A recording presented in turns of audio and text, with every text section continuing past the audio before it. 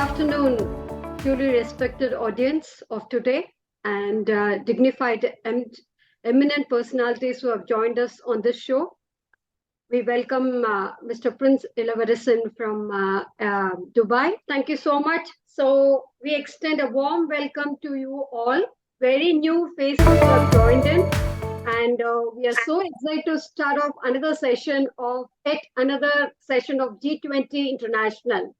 Coming to G20 International, coming back to the G20 platform, we have organized this platform. It's a virtual conference kind of, it's a sharing platform where people come up with the insights and inferences, and they do share their experiences, they do share their problems, they do share their what all things that they want to convey, their contributions to the society, such that it goes on. And by the way, we are so happy to share with you all, this is the fifth topic that we are covering, if I'm right. So first we did for Education 360, where we encourage people to speak about eminent dignitaries from education background. They were sharing their views with us. That was quite an informative and celebrative session, which had a key note of equity and inclusive education, developing potentialities for all, lifelong learning for all learners. That was the motto that we worked on. Second was the Shakti spectrum. Sorry, the word evolved from Sri spectrum. So we just conducted a Shakti spectrum where we talked about women empowerment and opening up women entrepreneurs to take the lead as the leaders of the society. And the third was we dedicated to the youth club, that is Yuva International, that is Yuga Yuva, that we dedicate to the youth empowerment. And we, of course, there were a lot of participations from that side, like from the youth sector. And that was, again, a very good show. And the fourth show that we had last week was on STEM through the stream to coin the team. So that was the thing that we worked on. So we were talking about all these factors. Now the fifth one that today we are on to talk about entrepreneurship, to talk about MSME. I'm sure this is one of the most dearest topic to all, owing to COVID. COVID, as we know, there were so many evolutions that has happened after COVID. Like people have taken up independency, and they started working on their capacities, their skills, which is very much important. That's the main motto of G20. And so how to take it forward. Now, this is what is very key thing that we are going to present it for the sake of the community, for the sake of the country. So moving ahead, now what is G20 is all about? We all know about it, but a small introduction on that note. G20 is a group of 20 countries, intergovernmental forum, were comprising of 19 countries and the European EU. It works to address major issues related to the purpose of being together, systematically analyze the problems, and come up with the sustainable solution, which can come up as the policies, and they're going to move further. And which are the G20 countries, which are comprised of Argentina, Australia, Brazil, Canada, China, EU, France, Germany, India, Indonesia, Italy, Japan, Mexico, Russia, Saudi Arabia, South Africa, South Korea, Turkey, UK, and USA. These G20 countries together represent around 90% of global GDP. This is the going to address further. 90% of global GDP and 80% of global trade and 2/3 of world population. So this is what is the key thing that is going to be addressed on G20 forum. And it has evolved in such a way such that the group of 20 countries as a premier forum of international economic cooperation, the group of 20 countries plays a critical role in steering the global economy through significant challenges it faces.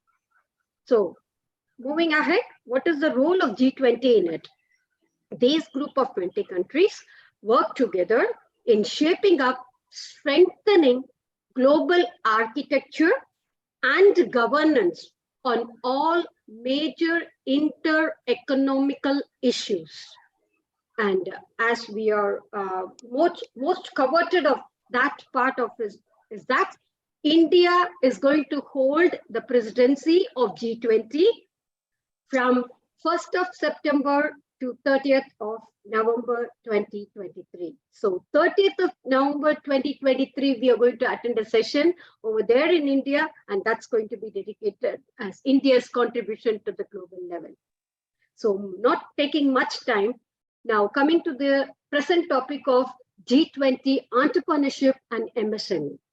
As it is underlined, it focuses on the underlined need of G20 economies to redouble their efforts to support more innovative pattern of inclusive economic growth with new engines of development and new pathways for job growth. So the main thing that we have to work on is working in collaboration, in equities, partnerships, and also developing skills which are required to become sustainable. On that note, I open this forum of today for entrepreneurship and MSME, and I would like to welcome Dr. Vijay Kumar Salvia, sir, to take the lead. Thank you, sir.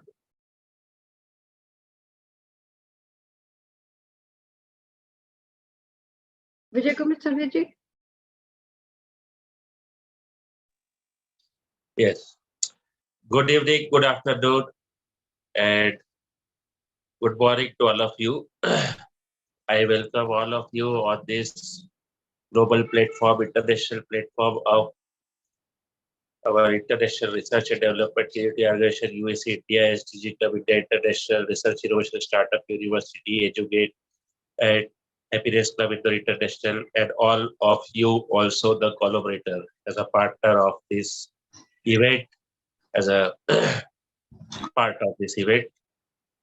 As we are also the MSMEs, we are also in entrepreneurship, and we are in the patent, we are in technology transfer, we are working for the 100% guarantee to success any entrepreneur from 0 to 100. If someone doesn't know how we can start, what is the business, what is business, and what is entrepreneurship, then from 0, we take an individual, we take a group, and then we trade them, we create them, we incubate them, then establish them, and then launching of business, and then success. So up to the success, guaranteed success, we always with them. They can leave us, but we will not leave. So on that basis, we are working, and these last 25 years, we are working in this field, and we are getting about 25 lakhs of people associated with us. Every year, 2,000 of entrepreneurs are now getting success from our organization for with respect to technology transfer, patents. I have filed the above 100 of 101 patents in IoT, machine learning, and whatever the new tech, artificial intelligence, and whatever not new technology, but also traditional also. And our organization has worked for above 1,001 patents. So that is what we conserve every creativity. We are conserving the creativity, we are conserving the ideas, we are conserving the running business, we are conserving whatever you have, so that it will become the asset for you. As you know, today intellectual property rights, IPR, is the main property. Whatever in your mind idea, that is the property main, and you can shape their idea with respect to whatever the thousands crore or whatever. And I, you know that our Research Innovation Startup University has this slogan, right direction and right pathway.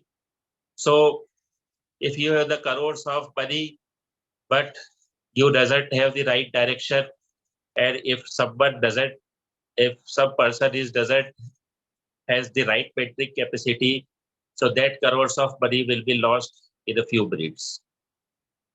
You can also see if we give every facilities to our children, but right direction and right metric, if there is a lack of this, then the children will be diverted and their future will be destroyed. We have the slogan Sustainable Development Goal. We doesn't have the slogans from any Sanskrit or this. We are working for sustainable development. Every business, every entrepreneurship, and every work, job, career should be such that it should be sustainable for everyone. Someone should not we can say wandering here and there for job, for money.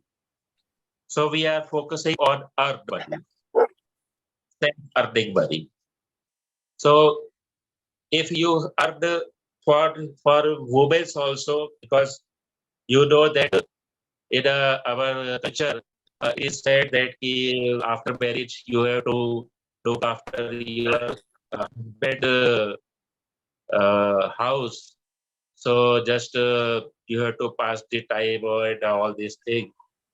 But you know, today's world, today's era is not like that. So we have to empower the women also in this case, so that they should know the economy, they should know the practical life, they should know the whatever the technical fields in entrepreneurship, whatever the new technologies.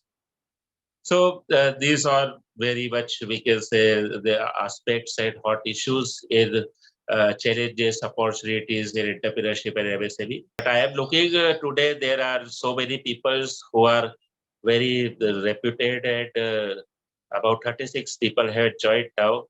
So it shows that you love our work, and I invite you, please collaborate with us, because since last 10 days I was on move, and I have visited about 50 places for the collaboration and campus establishment.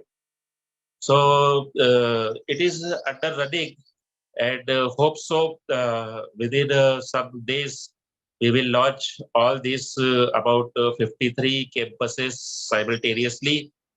And I invite all of you also that whatever you can do, you please establish in your country, your states, your city with our collaboration, and get the benefits, get the business point of view benefits, social point of view benefits.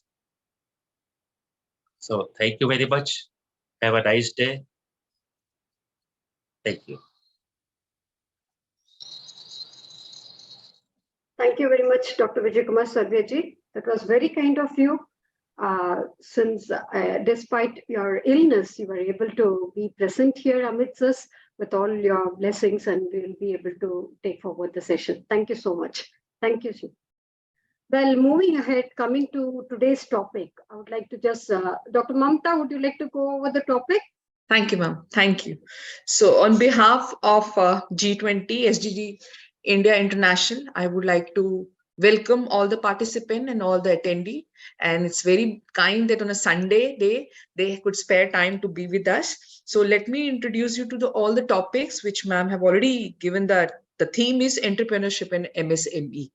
The first topic is about development of micro, small and medium scale industries. Second topic is about attracting investment to uplift the industry and social economy. Third topic is to create an industry-friendly atmosphere and suitable policies for the development of the industries. That means we will be talking about the ecosystem. The fourth topic is about creation of a conducive atmosphere for the industries to enable them to compete at national / international level.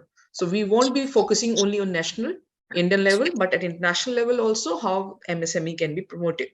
The fifth topic is about the creation of job opportunities through self-employment schemes. So we need to really introduce how we do have so many schemes which can be employed by the youngsters. Sixth topic is about creation of basic infrastructure for industrial development. Second last topic, seventh topic is about revival of sick or closed industrial units. So that is another a different domain that we will be discussing about it today. The last topic is about industrialization, which is the key to the growth of the global economy. So in a way, we do have so many topics and the expert among us. So I would request ma'am to announce the first speaker for the day who is lined up and who is present today. Once again, very warm welcome to each one of you. Thanks for joining. Let's start. Thank you, Mamta. Very kind of you. It was so nice welcoming everybody and briefing on the topics. Thank you so much. On this note, without taking much time, I would like to welcome and present before you Mr. Prince Ilavarasan. Mr. Prince Ilavarasan from Dubai. He has joined us today as a guest speaker for the day. He is the managing director of ASPA Management Consultancy Agency. Mr. Prince, welcome to the gathering, and the floor is all yours. You can introduce yourself. You can tell us about your company and your other activities. He is well known for community service activity. And it's so, if I'm going to say anything, that's going to be even very less. Having known Mr. Prince for so many years, having associated with him, having worked with him on a couple of projects, it's my great pleasure, with a great honor, I would like to present Mr. Prince Ilavarasan before you. The floor is all yours, sir. Welcome to the gathering. Thank you. Thank you. Thank you. Yeah. Hello. Can you able to hear? Yes, sir. Yes. Okay. Good afternoon to all. First of all, thank you very much for Stevia to giving this opportunity to share my view and experience about the G20 and MSME, MSME, the entrepreneurships with our groups and all over the world. I don't know why you selected me. Maybe probably sharing with my experience, I thought that one. But after entering into, I feel maybe we are involving the G20 participations. Even this time, the G20 is headed by the India. We are all really proud of that one. And literally, we have little share out to not to join to participate with the G20 activities. But luckily, I got opportunity through you to interact with the G20, or directly or indirectly. It will help me or help with my groups to understand, to make the awareness of the G20 and what is the importance of the MSME and other things. And myself, his name is Ilavarasan, people call Prince. That people knows only, Prince only they knows in the market. But I am basically Indian Charter Accountant, doing practice for last 25 years in Dubai. Last 32 years we are into this practice. They have the office in Dubai, Bahrain, Chennai, Coimbatore. This is our present space.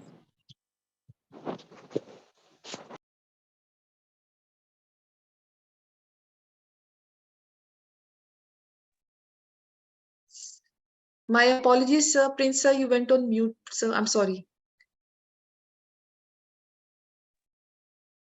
Yes, okay. Thank you, sir. Thank you, sir. Yeah, sorry for that one. I think, yeah, it's okay. Yeah, but we have the presence in UAE and Bahrain and Uganda and Chennai and Coimbatore. These are presence. We are into this practice for last 32 years. We are core practice in auditing and accounting and assurance services. Parallelly, the complementary services we are doing for consultancy services.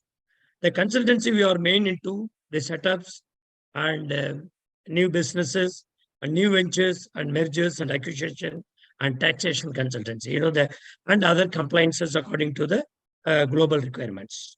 The globals recently, they are enacted with all the compliances with the entire world. This is all we are practicing it. This is what my short story. So when We discussed with Shivita told me to go for a particular chapter, but then she changed it.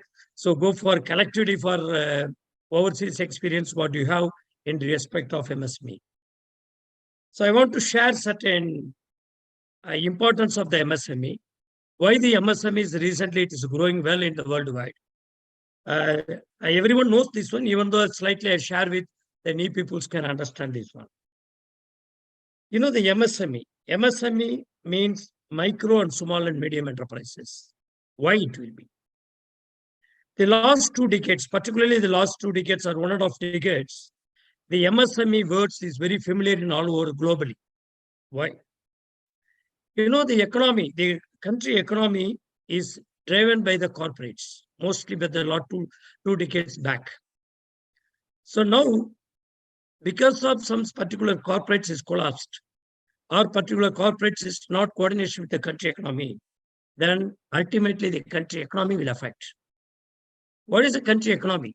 The country economy which helps to entire peoples, not only for particular peoples. The responsibility of the growth of the country economy, it relates to all peoples in that country. Everyone have the responsibility. Maybe somebody have the awareness, somebody doesn't have the awareness. That doesn't matter. But ultimately, everyone have responsibility to grow their GDP and grow their economy in the country. Okay. For growth of economy, what we need to do? That's the main points.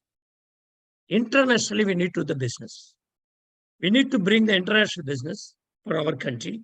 We need to bring the international investments to our country. These all will get the growth. Is everyone aware of that one? For that, what we need to do? The particular corporates is dominating with the economy. It's not safety for us. That's the reason even the international organizations, OECD, G20, all the international organizations who helps to build the policies and procedures for the human lives, better lives, they are advising to promote the MSME all over the world. Not only the underdeveloped country, all the countries, developed, underdeveloped country, all the countries, they are giving the immense importance to develop the MSME. Okay, what is MSME? Each and every country is defined. They have the criteria to define the MSME. Some countries define volume of investments and volume of turnover. That is mean volume of effect, that activities. Some countries define volume of activities. That is means the turnover and number of manpowers we used. These are main criteria to define to bifurcate the MSME. First, we should see the MSME. What is MSME? What is the importance of MSME? What is the vital role of the MSME to develop the country economy? Then we will go, what is the MSME benefits is given by the governments. The 2 segments we will see. I told you this, most of the countries, even particularly take India, the more than 45% of the exports routed through MSMEs. Even though the big corporates, you can define, if any country, you can define who is the businessman, you can define the big corporates. That's not going to be the permanently supporting to the economy. It is not a full stable. That's why all the entrepreneurs has to contribute. The existing entrepreneurs has to contribute for the economy, country economy, and whoever is not an entrepreneur, they have the technology, they have the ideas, they have the strength. We have to bring that people to become entrepreneurs. This is the main task of the MSME. The micro, for example, for India, what is the micro in the entrepreneurs? Those who have the 1 crore investments and 5 crores turnover, annual turnover. That's called the micro. Small and medium, small entrepreneurs. Those who have the 5 crore investments and 50 crore turnover. Turnover could be locally or internationally, that doesn't matter. Their activities, the turnover is 50 crores. And medium sectors, it's go to 20 crores and 100 crores turnovers. 20 crores investments and 100 crores investment turnovers. But 10 years back, that earlier days, that MSME is defined according to the investments. Now, only because of investments, only the less number of people is covered for the MSME. That's the reason the government policy is extended to go for that. On the basis of the turnover, they are classified as the MSME. As particularly as the India case, India perspective, the MSME, they are getting the vital roles. Hello? MSME getting the vital roles. Even they are giving the more than 120 million manpowers routed through MSME entrepreneurs. And particularly, I told you already more than 45%. The MSME can become any legal form, even sole proprietors or LLC or private limited or even public limited company.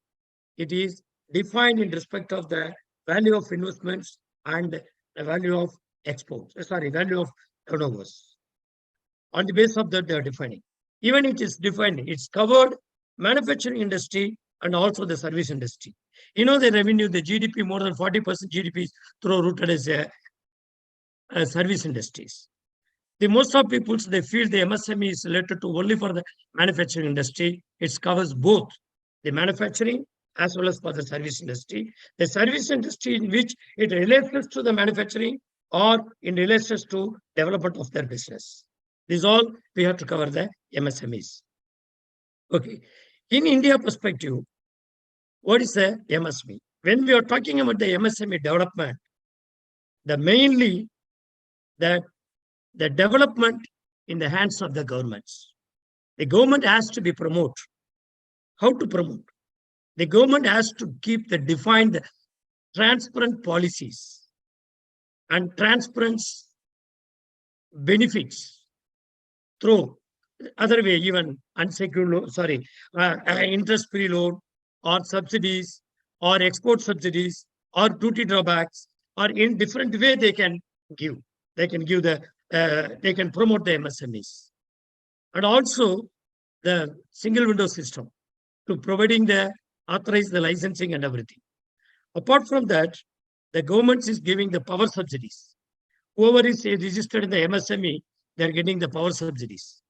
And they are giving more exhibitions to promote to explore the export market in the MSME entrepreneurs in India. Apart from that, they are creating first the policies, second one is the infrastructure. They are creating the infrastructures. Directly or indirectly, it should benefit for the MSMEs. They're creating the infrastructure. It should facilitate the MSME entrepreneurs to promote their business to easy way. For example, export, even the shipping or airfare, through airway or through by road, whatever way, they should develop the infrastructures. You know, particularly these recent days, last 20 years, during last 20 years, particularly for last 12 years period, they are creating a lot of networking of the roads. Because of that, the most MSMEs are developed. They are non-industry peoples, they are service-oriented peoples, they induced to the business because they can do easy to export the business. They easy to not only the export, easy to market their product entire all over the India. You know, before this GST, for selling goods to other states, we have some points, some challenges. We have some challenges. We have the more compliances. Movement of the goods from Kanyakumari to Kashmir, we have the challenges. But after this GST, now any Indian can sell the goods all over the India without any hurdles. No one can stop it, no check post, nothing. These are directly or indirectly supporting the MSMEs to promote their product, to market their product entire India. Not only the India. When they are talking about the export, if they are doing the export for Eastern region, they are doing export for Western region, they can select easily the port. They are increasing the port, number of ports. So suppose, for example, I am from Tamil Nadu. From Coimbatore, I can export goods to Cochin also. Western side, I want to export goods to Western countries. I can send my container to Western countries, Cochin port. Suppose I'm sending goods to Eastern countries, I can send container to Chennai or Thoothukudi or some other port. because the sailing period of movement of the goods is coming to the less, and the logistic cost will be the less. This is the main things we need to understand the MSME, how we are developing the SMEs within India. So when we are talking about the perspective of the overseas international exports, the most of the MSMEs now they involving. When we are talking the exports, we need to guide the MSME peoples where they can market their products. First, there is available market for them, where they can materialize their product. Second point, price competitive. Because when you go for the international market, most of the in-country peoples, they feel we can get the more margin. But that time is ruled out. Now you can make more profits through export, through volume, not only through price. You have to compete your price with the international market, who's the same product who is supplying to other country, from the other country, you have to compare with the price. So these all you should know, you should get awareness.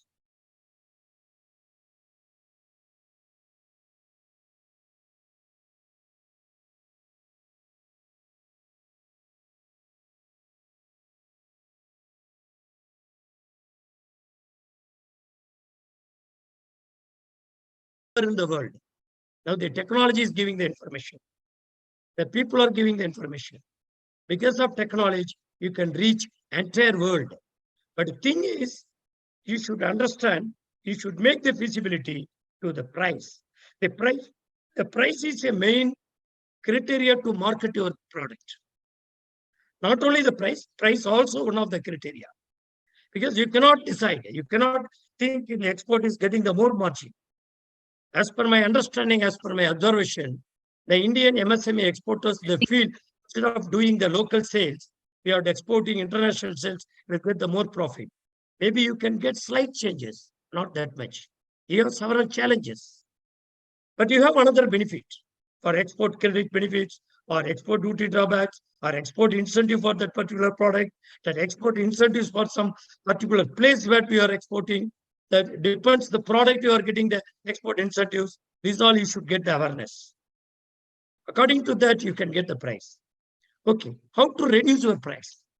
That's why the government is supporting the different schemes, subsidies, and several indirectly several interest loan and subsidies and duty drawbacks and power subsidies and labor subsidies. These all why the government is providing you to compete with international pricing. The MSME most feel that certain percentage of people, they are starting the MSME to get only the subsidy. That's wrong. You should use that subsidy to compensate the price, to market your product, to compete your product in the international market. And other issue, international market, quality. Because of reducing price, you cannot reduce your quality. Whatever you are showing the samples, according to the agreement, you should keep your words. You should keep the quality. So that is very vital role. I should share one experience. When I went to consultancy services in London, I meet one guy on behalf of my client to export some engineering products to them. That guy, what he told, I cannot export directly from India to by UK or Europe company. You form one company in UK, you import UK company, then I will buy from you. This is why. The reason is, if your people are exporting the inferior quality, we cannot compete, we cannot challenge in the court of law.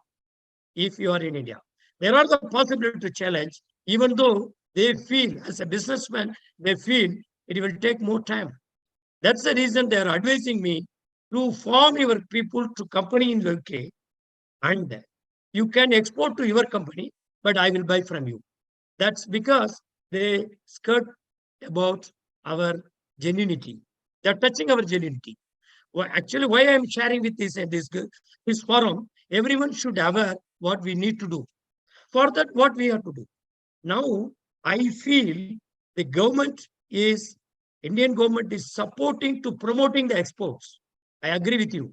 I agree. I'm very happy. They are supporting directly all MSME through some government, through some organization, through some social business associations. They are very happy.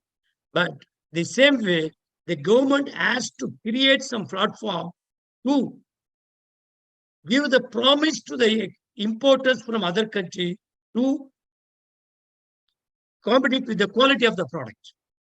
If they created that platform, definitely our country will get more imports. Wherever, because I'm living for last 25 years in out of India. I'm traveling more than 25 countries. Wherever I go, I feel the suppliers promise. One is quality, another one is time frame. Because always the contract they put forge mercy. On the basis of that, they are escaping. They are delaying the exports. They're keeping time. I'm not telling to all the people, all the entrepreneurs, the general opinion about Indian exporters in overseas. This we have to correct. Because my recommendation, even the government can establish the marketing portal, marketing, we can say some, the more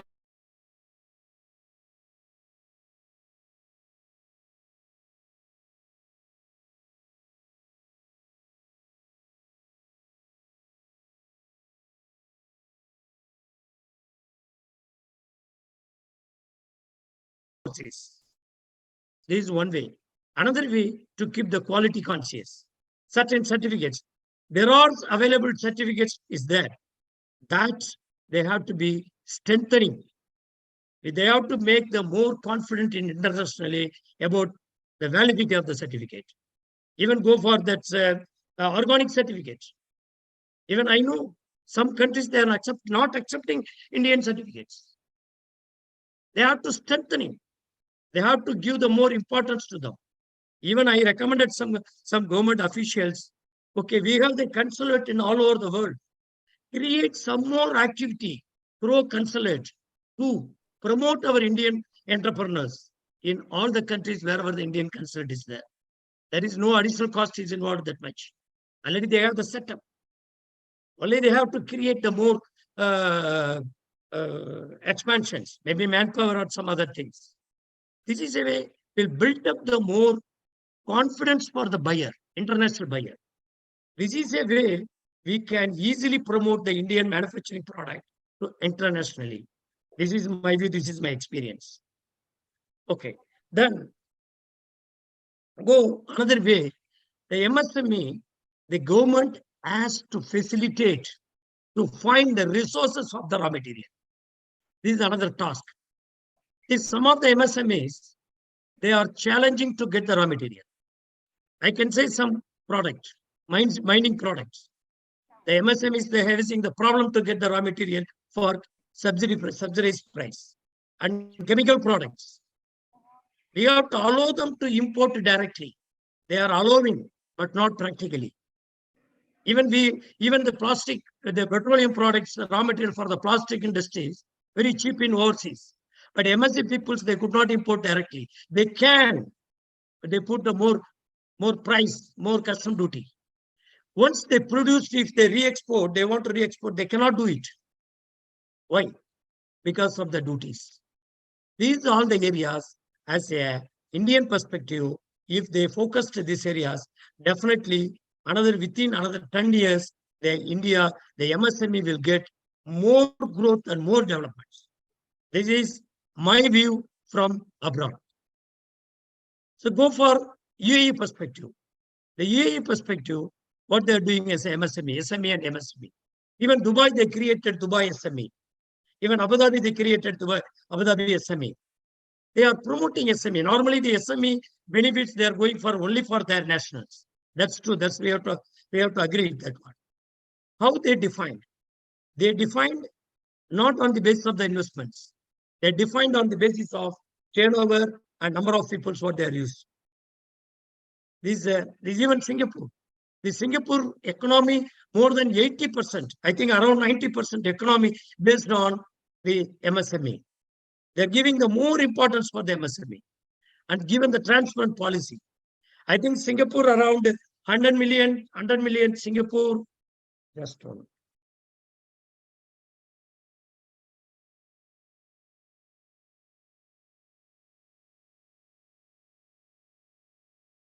Yes. Singapore, they have the 100 million, less than $100 million and less than 200 employees. They have the common, that is called SMEs. This Singapore also, they are giving the several benefits directly or indirectly for exports, for MERA, market readiness assistant grant. Some people, they are readily available to market it. And the skill future enterprises, they are targeting the youngster, the young entrepreneurs to promote, to involve the entrepreneurs. Not only they are expecting the service oriented, they promote youngster and young entrepreneurs to become entrepreneurs, young employees. Even India have the now, in all over the world, India have the major, more youngsters with us. We have to promote them, we have to create them as an entrepreneur, and we have to make the awareness to compete with the international market. That is what now the government is doing that one. And also now internationally, the G20, we are talking about the G20. The G20, they are promoting the SMEs, MSMEs through financing and transforms. This is the way they are promoting the MSMEs all over the world. They are recommending all the presidents of G20 and the OECD, Organization of the Economic Development and the Cooperations. They are defined each and every year. They are insisting to promote the MSME all over the world. And they are making measurement who is doing MSME more effectively. And they are promoting them. Indirectly, they are supporting the benefits to MSMEs. This is mainly for the MSMEs getting the advantage for the economic growth. If instead of some particular people are supporting the economy, instead of that, the multiple peoples, the total population is supporting to our country economy, that will be more stronger than the particular corporate is supporting for the economy. This is what the basic concern. This concept, it should reach our youngster, our peoples. Because they feel, okay, MSME means what? If you started MSME, the government is giving subsidy. The government giving the subsidy loan. The government is giving 50 lakhs no interest loan. Their mind is like this. We have to make clarity with them. Whatever the MSME, whatever we are supporting, that to induce you to start as a MSME. And also, you should compete your product in the market, in the international market. For that purpose only, the government is supporting them as a monitoring benefit. Non-monitoring benefit, okay, they are supporting, they are giving training, awareness, technology, everything. Somebody has the technology, but they doesn't have the money to promote their technology. Now, the technology driving the entire world. The digital economy is driving the entire world. So because of the particular corporate, particular product is very familiar in all over the world, the economy is going to the particular country. That's why they want to develop the technology. Everyone has to create the technology industry. That is also another kind. The MSME is supporting to the technology people. When we are talking about the technology, government is funding that directly. Apart from that, they are pulling the pool investors all over the world. They are bringing them to invest the money to the technology people, not only technology, the manufacturers. For example, I have the good market in overseas.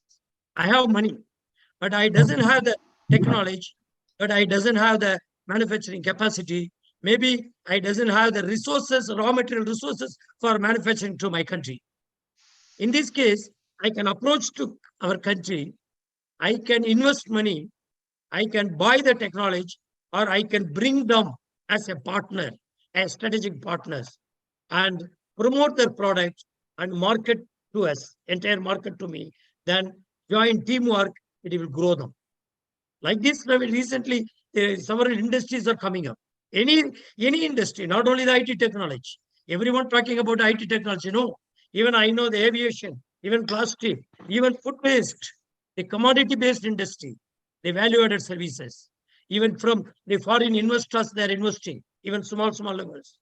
Even the government-based industries, the foreigners are investing. Because we want to grow our economy, we want to support our GDP.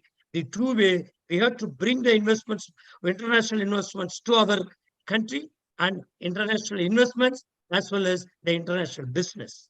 For that, we have to be ready for that, compete with the international market, as well as we have to create the infrastructures for the international investors. And also, the SIC industries, we are talking about other reveal of the SIC and the closed industrial units. Why it was SIC? The presumption of the stakeholder or shareholders, maybe they diverted funds, they could not compete in the market. ममता ने because बोला था G20 में join करने को ना, मुझे बोलना भी है कुछ. I'm sorry. Okay. Sorry. I can finish. Just give me 1 minute, I will finish it out. Yeah. Okay. So the SIC Before industry. you start, 1 minute, sir. Madam who is logged in with the iPhone, can we please have your name there? Thank you. Sorry, sir. Please continue. Thank you. Okay.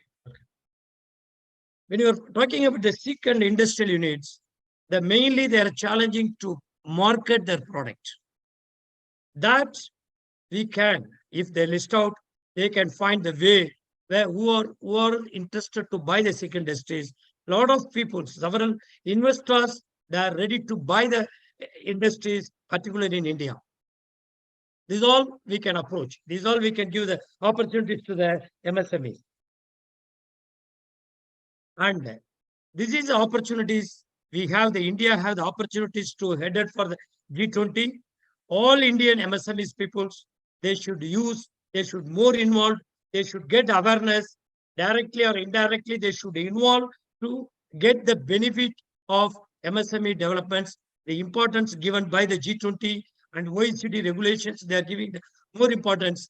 All these things will benefit for youngsters and grow our country and develop the more MSMEs and products, our Indian products all over the world. And I am always advising the MSME peoples to brand your product. You are producing for the international brands. You create your brands and you market it your own brands. You create your own brands for Indian brands in all over the world. It will benefit for us as the Indian economy to grow for another very short span. Thank you very much for giving this opportunity. Once again to Sridevi and other dignitaries and other speakers. Thank you very much for this opportunity. Thank you. Thank you very much, sir. That was quite informative, insightful, and I think you have covered almost all the pointers there, talking about what is required for the development of micro, small and medium small scale industries, how to attract investments for the upliftment of the industrial and social economy, even that point that you have covered, and also about the basic infrastructure for the industrial development. Country-wise, I think you have covered almost everything. And moreover, creating a conducive atmosphere for these industries to enable them to complete at national and international levels. That also you have covered with all your experience. Thank you. Across the globe. Sorry about it. Okay, now coming to adding on to a little more to your insights. As we all know, the G20 Entrepreneurship Action Plan has been underlying the need of G20 economics, as Princer has actually mentioned, to redouble their efforts to support a more innovative pattern of inclusive economic growth with new engines of development and new pathways for job growth. On that note, the Research Center had an enviable mission of leading these G20 efforts to promote entrepreneurship, education, and training, to strengthen services for entrepreneurship, to help entrepreneurs address challenges and sustain business development, to promote the rights and interest of these entrepreneurs and their employees. So very, very true, sir. And we're all there with you. Thank you for your very, very insightful session. And definitely our people who have gathered here, I think they will be benefiting more by it. Thank you very much. It was a great privilege having you in the show. We would love to have you for throughout the session. Thank you so much, sir. Thank you. Thank you, ma'am. Thank you. Any questions for Mr. Prince? Anybody would like to ask any questions? You can ask now, or you can just message the question in the message box so that we'll be able to come back to you. Well, moving ahead, we have another veteran speaker, and I would say that she's not only a speaker, she is Ms. Shailaja Thaneja. She's a seasoned management professional with 24 years of personal experience in various roles with United Nations, various GOI ministries, international and private organizations, and Masters in Business Administration, specialization in operation management. So, ma'am, the floor is all yours and we welcome you. Kindly excuse me, I couldn't have my video on because it's just flickering because of my unstable internet connection. Please go ahead. Welcome you, ma'am. We would like to present you before the audience. Thank you so much. Thank you, Dr. Srividya. Moreover, Ms. Thaneja is going to connect it to women empowerment. That's what she said. She was very keen on speaking on to this. So welcome all women entrepreneurs who are connected with us, and this time is yours. Thank you so much. Thank you. So first of all, thanks a lot for giving me this opportunity to be here. And it's really amazing the kind of, insights and the learnings that we are getting so far. So I'm really excited about that. And in a very brief, I would like to mention that I have had an extensive professional journey with various organizations, including United Nations and working with Government of India ministries, various ministries. And then, so it's basically a kind of a holistic journey that I have covered so far, covering the working with private sectors, with India levels, Asia level, global level, and also, going deep to the grassroots level, which I always wanted to. And I have touched the lives of people at the very last mile. This is what has always, kind of like a purposeful journey, I can say. And today, I would like to share one more thing when we talk about women empowerment. I believe that women have, there is no need to get an empowerment from outside, but it is actually the kind of potential that we have in our own in self, in our own inner strength, I must say, that has to come out basically. So I don't say that those women are in power, but in their power should actually reach out to them who can bounce back and can also, who can identify their own potential, basically. So when we are talking about MSMEs, I have, while learning and, kind of working on different projects, my understanding is that India has a, large 7.9 million registered MSME base as of now, which contributes 33% of India's GDP and generates over 120 million jobs across various industries in different regions of our country. And it's actually, creating a kind of a wealth at the grassroots level. And Government of India has now a very clear focus and an objective to raise this contribution from 33% to 50% in the upcoming years. It's very important for us to talk about MSMEs and the women entrepreneurs and SHG groups and all. And, the MSMEs has almost 40% share in the export market and 50% in the manufacturing sector. So you can understand how important role and kind of a backbone role it is playing as of now. And what we understand from our our honorable Prime Minister's, the kind of vision that he is giving to us by Amrit Kal, that he spoke about the next 25 years, where we see how our country is going to be a kind of a different altogether. Atmanirbhar Bharat we are talking about.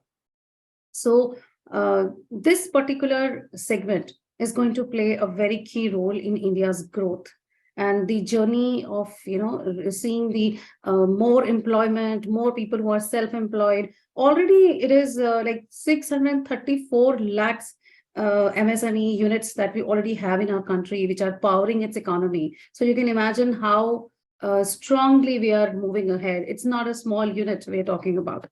And in 2023, my understanding is that technology and financially, these both the technology wise and being financially strong is also a kind of focus which is there from all these sectors, like the private sector, the partnerships, everything is contributing to support these organizations. And if you remember, or if you know about it, that in 2006, there was a last act which was made for MSMEs, and it's really nice and good to know that recently it is being revised, and a new policy has just been announced in a draft phase, just I think 2-3 days ago, and it is being currently consulted with various stakeholders, partners, the government, the committee is also there. So by 31st of March, the new policy comments and feedbacks which are expected, that will also be, I think, consolidated.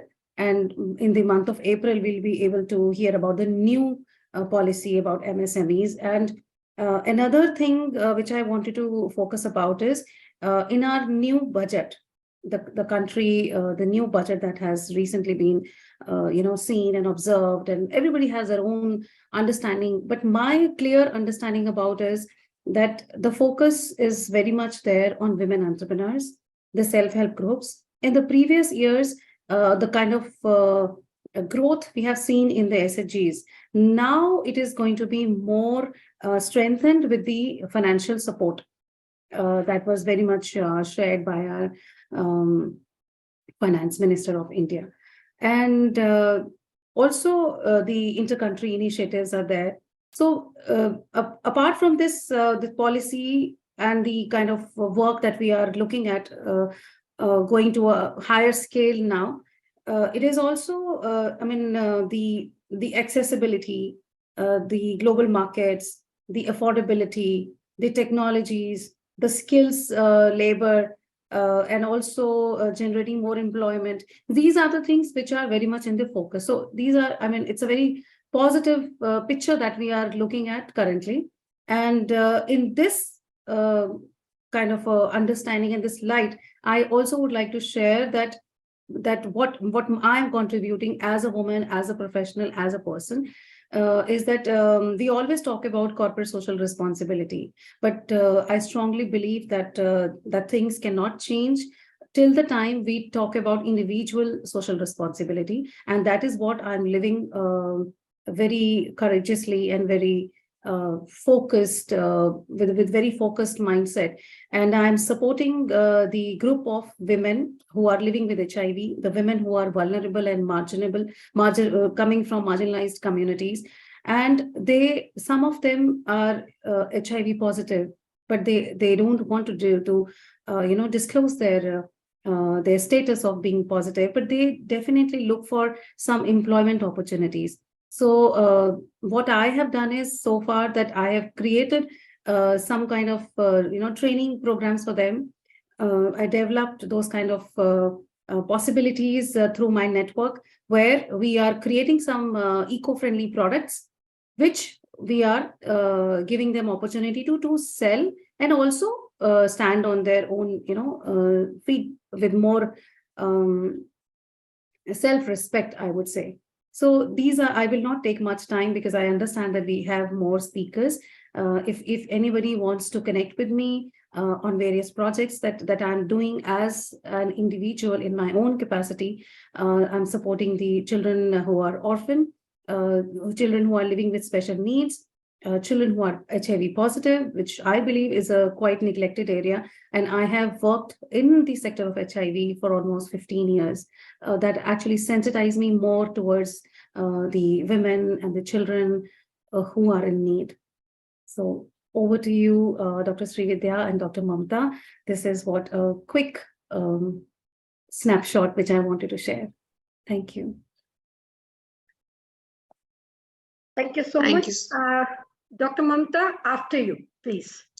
Yeah, thank you so much, ma'am, for having some time to be with us. I'm very blessed that I am in contact with you as a, I would say, philanthropist. Pleasure is mine completely, totally. And I am thanking you both, Dr. Mamta and Dr. Srividya, that, we do a lot of things, but we don't get suitable opportunities and possibilities to share that. So thank you to you. I hope in terms of the topic MSMEs and entrepreneurship, how you as an individual, you have grown up to the status where you can helping yourself along with the community also. That was interesting about like I read some stuff about you and I was so impressed and I wanted to hear from you. Thank you so much. And I hope it's going to be very fruitful how you can collaborate and you can find partners which can really help you to promote and really do a well-being of the society and India as a nation. Thank you so much. Over to Srividya. Thank you, Dr. Mamta. Well, going over the topic, I think we have just, Mamta has really nailed it. It was truly very inspiring to hear from Ms. Shailaja that her contributions and how well the women has been empowered, has been engaged in different activities, and that too when we talked about underprivileged women and who need support, helping them out. That's really yet another focus of MSME. And summarizing it with in relation with what Mr. Prince was mentioning, earlier Ms. The one who was speaking before Ms. Shailaja, and connecting it to Ms. Shailaja's mention about the new policies which are coming up. During about 2020 presidency, Saudi Arabia has emphasized that empowering people to trade and investment cooperation with special attention and promoting entrepreneurship. Hats off to you, Ms. Shailaja. Definitely promoting entrepreneurship with small and medium-sized enterprises for a prosperous economy. And in that note, Ms. Shailaja has definitely contributed towards it. And these are the certain key priorities of the summit, which was emphasized. This summit happened in view or in relation to the impact of the COVID-19 on the global economy. And it is very promising that G20 performances on entrepreneurship with the micro, small, medium-sized enterprises has increased from 2008 to 2019. This is what Mr. Prince was mentioning. That has sizably increased from 2008 to 2019 to reach the solid level now. So moving ahead with the conclusions of the Washington summit, which started with the year 2008, G20 leaders have addressed this entrepreneurship and as MSME sectors or SME sectors at all. But the two summits which followed through, one in London in 2009 and one is in Los Cabos in 2012. Both the summits from 2008 to 2018 produced 11,832 projects subject to their communities, averaging about 6% of the total words per summit. So this picked up with the other following summits which has come up. And coming from 2008 to 2014, G14 has focused on promoting entrepreneurship in developing countries and lowering barriers to financing for SMEs to stimulate the global economy. So this is what Mr. Prince was mentioning. Come across those barriers, just nullify them, overcome those barriers for the financing of SMEs to stimulate global economy. So since 2014, its focuses included gender equality. That's what Ms. Shailaja was also talking about. And now coming to the next we have talked about in general about MSME and entrepreneurship. We have talked about women empowerment. Leaving aside, it will take forward to the youth empowerment, youth entrepreneurship. That's what is the whole endorsement is going to come as a G20 endorsement action plan, and SME financing of Antalya in 2015. That's what Ms. Shailaja also related to, and the entrepreneurship action plan, which was followed through. And with that, what were the commitments which were focused on? Was that like G20 leaders have addressed the entrepreneurship and SME at 2 summits, and the commitments had 69 collective, future-oriented, politically binded commitments on entrepreneurship and SMEs. So this is what we are going to talk about, and woven to which what is possible from that particular country's point of view, how the particular country can accomplish the tasks, challenges, and also the policies which are going to evolve. That's what we are going to discuss in the forthcoming session. On that note, I would like to welcome one of the other speakers who has joined us today, Mr. Arun Raj. Mr. Arun Raj Subbaraj is a manufacturing specialist who's going to talk about, who's known for his contributions for youth empowerment, in the mobility education ideator. He's a life coach, he's an idea curator, and he calls himself as a futurist. So welcome to the floor, welcome to the gathering, Mr. Arun Raj. Thank you, Dr. Srividya. It's a pleasure to be a part of this. So the floor is all yours, you can go on. Thank you so much. And what Mr. To add on to that, what was Mr. Arun Raj's interest, area of interest was that since he's talking about youth empowerment, he said pointer 6 will suit me much better. That's what he said. And what is pointer 6? Creation of basic infrastructure for industrial development with digital compliance. Thank you, Srividya, madam. It's really a pleasure to be a part of this prestigious gathering and also to share my perspective. So I've been in the manufacturing space for almost like 20 years now. And I've seen how a conventional manufacturing space has been evolving. So I started off when the era was Industry 2.0 with a very nascent digitization in the manufacturing field. That time the labor, the opportunity for labor cost was quite less. But as it started going higher and higher in terms of the skill set that is required by the labor, we also wanted to have some sort of automation process, which in turn has an integration with a digital forefront in the organization, especially in the manufacturing space. So that was the core introduction of SCADA, which not many people are familiar with, but it's a kind of a dashboard which engineers in a particular organization can actually operate the entire machine and processes right from sitting from a desktop. Now that was I've seen this in movies and things like that, and I used to be very fascinated. But when it came to integration, it was really expensive at that point of time. And today we are sitting on Industry 4.0. And the time has come where we need to understand that by automation and digitization of an organization, it doesn't mean that we are taking people off the market, off the jobs. We are still going to retain employment rate. Okay, we still welcome people to work for organization, but the scalability of the organization can go at least to 4x. Now, for example, I'm between a medium scale industry and a large scale industry. My vision is to go scale to a large scale organization. The intent is very clear that yes, as an organization, we will be able to provide job opportunities to several people. The intent is always there, but at the same time, how do we deliver our production capability, the finished goods in record time? Because the customer is not going to wait until you produce and deliver. The lead time has to be as short as possible.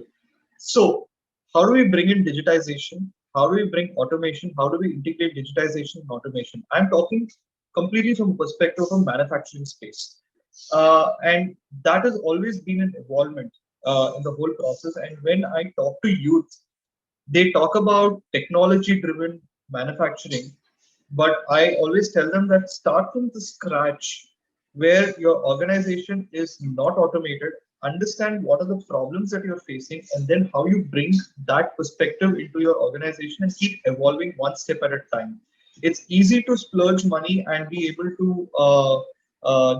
bring in the best technology possible, but how do you know that your organization is able to profit at the same time get your return on investment from digitization and automation process? So this is something which I've been talking to several startups start your organization from a conventional factor and build a vision for scalability, but bring in the digitization and automation in the process. So coming to the fact here that we are in the current phase of Industry 4.0, and in Industry 4.0, it is very clearly evident that job opportunities are going to be plenty, but for an organization to scale from a regional level to a national level to an international level, how do you make your presence felt through a digitization and automation factor?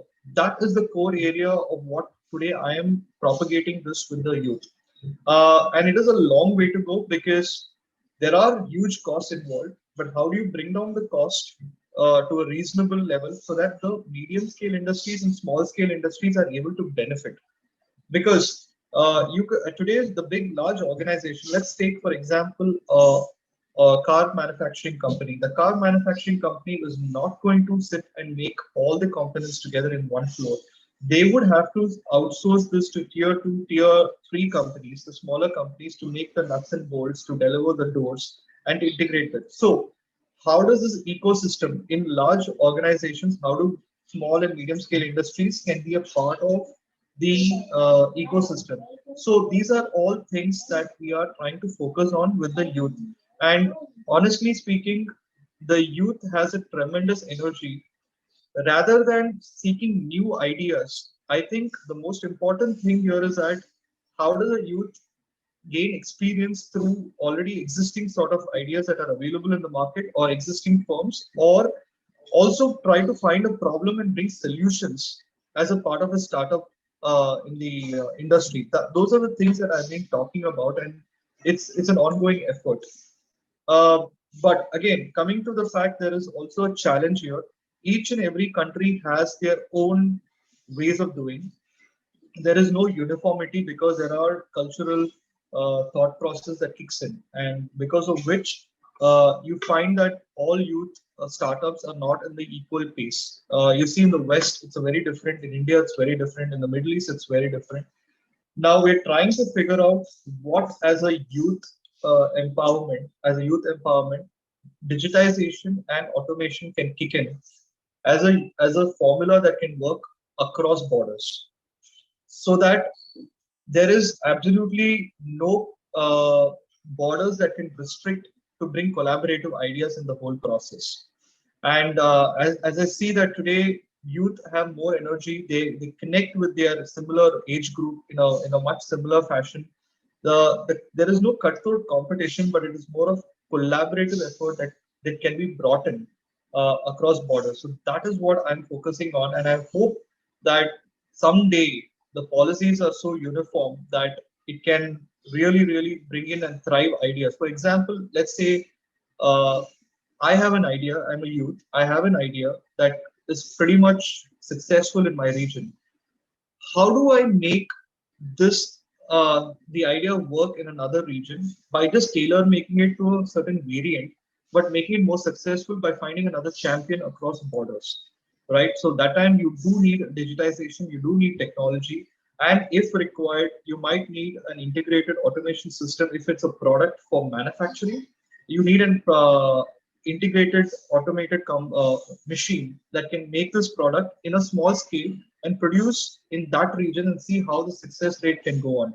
Like for example, let's say I'm manufacturing a product called maybe a small mobile phone, or let's say a small resistor for an electronic component.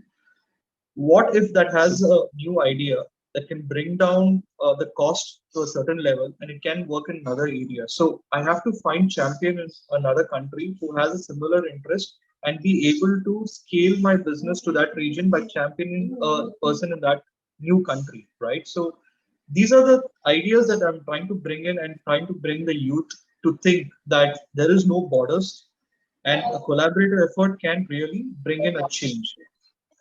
Yeah. Yes, Srividya, madam. I have a query. Yes, yes. Yeah.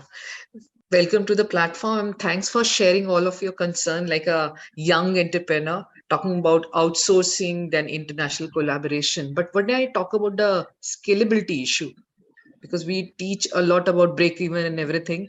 So you can be one of the what you call original equipment manufacturer, because you have a good tie-up with that vendor, because you're talking about industry, so manufacturing. So how you come up that scalability and very quickly responding to the requirement? Is it that your smaller size bring in that agility, or getting that technology? How you need to get a latest technology? Like, there's so many various questions which is talking about the practical your working challenges. I am looking at those angles. Okay, so Dr. Mamta, what I would say is, let me tell you, I started off in the manufacturing space with a conventional machine. Okay, my vision was I bought second-hand machines which were semi-automatic initially. Okay, and they were like 5-10 years old machinery. And people said that, look, Arun, the productivity is going to be less. But for me, it was to learn the business. Okay. My mindset was never to make money. My mindset was to make wealth for the organization. Intent was very clear. There was a difference between wealth and money. So my intent was to make wealth for the organization. So I took that 2.5 years to ensure that I get all the data that is required in different scenarios with the conventional machines, semi-automatic, and with available capital, and of course with a few investors. I brought the problem onto the table and I told them that, look, this is the latest machine that is in the market. Okay. If you were to invest, and these are the problems, 1, 2, 3, 4, 5 problems I'm facing, right? If I were to bring this machine, my productivity will go 5 times. Okay. And it was a very clear statement because people saw that I have spent 2.5 years deliberately in that situation, being aware that my productivity is going to be less, but it was only for a learning curve and to bring out the right data. And I told them that, look, the point is that, again, if the machine is going to be like an operator needs to stand in front of the machine and do the operation, it is even going to take more time. So let's say I employ 2 engineers in my organization. They are sitting right in front in their room, the design room or the control room, and they have a SCADA on the dashboard, and they have all the machine display, and with a touch of a button, the machine can operate. Why? Because in my machine, it requires 2 hours before the shift starts. Let's say the shift is over. It takes 2 hours for the machine to heat up. So that means a operator has to come, then start the machine. It takes 2 hours. I lose 2 hours in the productivity because the machine has to warm up and then it starts, right? Now, if the engineer has it on his mobile phone or right from his laptop, he can start the machine because it's got a telemetry and telematics involved. It saves. And how much does it cost? It doesn't cost more than $20,000. And that saves, let's say, 2 hours per day into 365. That's 700 hours. I am using that technology to gain productivity in that 2 hours, because even before the operator comes, the engineer there just has to give a command, and then the machine is on by itself. It starts heating. So as soon as the minute one the operator comes near the machine, he can start the production. So I am not taking away somebody's job. I am making the job more easier for the operator. At the same time, by investing, let's say $20,000, I am getting this done. And if I even break it over the, let's say, next 7 years, it's a huge benefit. I mean, if I were to say $20,000 to $25,000, the return on investment is less than 3 years for me. But I get 2,100 hours of productivity, because 700 hours of extra productivity I get in a year. So 3 years is 2,100 approximately. So this is what I say. But what happens with youth when they start getting into a startup or manufacturing mode, right? They get so fantasized by the technology, they don't know what the conventional part is. So I basically educate, please go through the most conventional part and then emerge into a technological savvy entrepreneur. because then you know what is the gain and what could be the loss. The loss from the conventional and the gain from using a technology. And you use the right technology in the most affordable, cost-effective scenario. So this is exactly what I've been talking about. And the scalability is really high in this. Yes. So So I'm sorry. really I impressed. hope, No, I no, hope I it really, resonated yeah, with I everyone. really get, you reminded me the story of a tortoise and the rabbit, and how initially we should not be bogged up with the technology. And yes, we are not that. And how you're utilizing India being the country where people have the patience to warm up, that like a for intense workout, you need to go for the warm up. So same way you have utilized with the semi. So hats on to you. I'm really impressed. You're talking about, this is the young entrepreneurship that I was looking for. Thank you so much for warming up with your all inputs. Thank you so much. Over to Shrividya ma'am. Good choice. Thank you, madam. Thank you, Mr. Arunraj. Thanks for taking out your time on a Sunday and giving some half an hour for us and for the sake of the community and the country. Shows that you're really a youth person who will be able to take the forum forward for the youth entrepreneurs. Well, thank you so much. Thanks for your precious time. It's much appreciated. Summarizing your views of the digital literacy and the skills which are required for moving forward, as we are talking about the future generation, as we're talking about the youth, what is basically required is the digital literacy and the digital competence, which I don't think so anybody can compromise. Being on this platform, which is a virtual platform, and we all, with hands on our heart, we will say yes to it, definitely. So digital literacy and skills are the essential for the people to participate in the digital economies. That's going to be the rule of the world and the societies. For example, by enabling them to benefit from the digital products and services and the content. That's what he was very crystal clearly mentioning throughout his emphasizing on. Indeed, relating it to the previous topic, the previous week topic that we were talking about, 4.0, that is Indus 4.I, Indus 4IR, rather, 4th Industrial Revolution frontiers that we are discussing, that evolved into the different technologies such as artificial intelligence and reshaping the future of the work and requiring for ever-changing base of the digital skills. Moving ahead, strengthening those digital skills in those areas which are much crucial for increasing the competitiveness of the country and the community and the self itself. So what the change you want to bring into the society or the community, let the change bring in you. So you become more sustainable. That's what is the thing. And overall, so relating to the topic of sustainability, it was never ever told that it's jeopardizing the present situation. It never jeopardizes the present situation. It is adding on to it, not to prove, but to improve. That's what is the whole concept is about. Well, on that note, thank you so much. It was quite insightful. Definitely, there were quite a very crystal clear contributions towards digital economy working group, that is DEWG of 2022, and the group of presidencies of G20, which are carrying it forward with all the other countries. Thank you so much, Mr. Amrut. Very nice having you on the show, and it is really brilliant. Thank you. I'll interrupt you, ma'am. There's some expert is there, Balaji sir, and he's raising hand for a long time.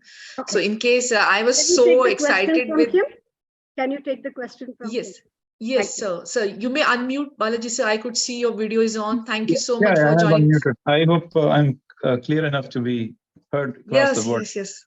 Welcome to the platform. Yeah, thank you so much for the wonderful opportunity. In fact, I should thank my senior member, Mr. Prince, who had given the wonderful invitation to be part of this. So I'll just quickly sum up a few thoughts which had come in between the wonderful speeches that we could hear. Basically, we are now passing through a system where we want to augment the cost of the MSME. But then basically there is no structure to fund the sick units which are falling apart. Basically, there is no banking system which would provide them the support. Imagine a hospital which would treat only healthy people. Now we have a banking system which will finance only good, healthy units. Probably if something can be brought about into the system to cater to those units which are falling apart for the fund not being there just enough to keep them tied over the crisis, because every business unit is supposed to fall apart for the want of funds at the right opportunity. So that's something which I wanted to put across the August members who are present here. Then the other thing that we had seen is that there is an ecosystem which is in place in the local panchayat, local ward. So if you look at MSME as a whole, there is a lot of opportunity lying in terms of the waste being collected through for example, in Kerala, we have this Kudumbashree. That can also be promoted as a big thing, because when urbanization takes place, we have to look beyond, say, 10, 15 years, where you see more and more number of people coming and staying in one particular locality where the waste management becomes the big thing. So if a great fillip can be given to waste management as part of MSME initiative, that will definitely bring in a lot of employment, because it also allows unskilled people to get more and more work in that level. So that's something that I wanted to share. And India is probably at the right time to open up the education sector for all the foreign students to come and study in India than Indians going abroad, because that will be the first step of major development. And I, as a chartered accountant, we are a 70-year-old firm. We would be proud to welcome people from, say, Indonesia or Sri Lanka to come and do apprentice training under us. So that's something that the government also needs to see if we can, because there are a lot of colleges which has not been able to fill up the students for engineering as well as medical. So if this can also be addressed at the policy level, it will definitely bring in a wonderful change at a much larger pace than we can always see. So this will address the ecosystem in a much better manner is what I felt. Thank you so much for the opportunity given. I'm just signing off. Thank you, Balaji sir. So you have summed up that these are the areas where a lot of, I would say, provision is there or scope is there for our entrepreneur to start with. NEP, you have nailed that, yes, education is there. Then SDG related hygiene and health, those concerns are there, sick hospital. So these are three. Thank you so much for joining the session and in brief, in capsule form, giving quickly these pointers to us. I don't want to play spoil sport by taking too much of a time. Thank you. I was just like an advertisement which will be remembered mostly than the main show. Thank you so much.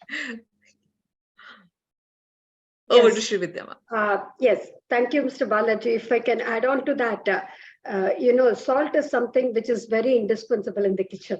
Like without salt, none of our dishes are going to taste that good. And definitely your contribution is more like that. It added spice and it added taste to the conversation that we had. And we don't mind you giving some more time. We would like to hear from you more if you'd like to share your insights more on the thing that you have mentioned. That's wonderful to hear. I'll finish, wait for the next speaker. And so that at the end of it, we have more time. I'll sum up. And salt is a dangerous thing. It adds to the blood pressure as well. So I don't want to be in larger quantity than permitted. Thank you so much. So thank you. Thank you so much. As two concerns that Mr. Balaji has mentioned that are quite very vital and more related to the particular topic of today's. Knowingly, I think Mr. Krishnaraj had such a foresight, and he said, ma'am, these topics, what you have mentioned, your pointers, all these have been covered in India. And my focus is that keeping my country, India, as a priority. The thing is that I would like to emphasize and say my stress or the focus on the revival of sick and closed industrial units. That's what he said, that, adding on to the Indian economy and thinking about relating it to the community value and the corporate sectors, not compromising on the focus or the globalization or the economization or the industrialization factor, whichever factor that we have to discuss on. Moving ahead, like over to you, Mr. Krishnaraj, and coming up with that. And definitely he's a very innovative person. And so far, what we have seen so far, and so that he will have new novel ideas to contribute to the floor. Welcome to the floor, Mr. Krishnaraj. The time is all yours. Thank you. Thank you, Dr. Srividya. Good afternoon, good evening, good morning, audience, depending on from where you're joining. Have a good day, all of you. Quick introduction for the people who do not know me. This subject is something which is close to my heart. The reason is that I myself am an industrial engineer, graduated in the 90s, just after India was getting into liberalizations. I started my career in MSME, which is those days called as SSIs, the small scale industrial unit.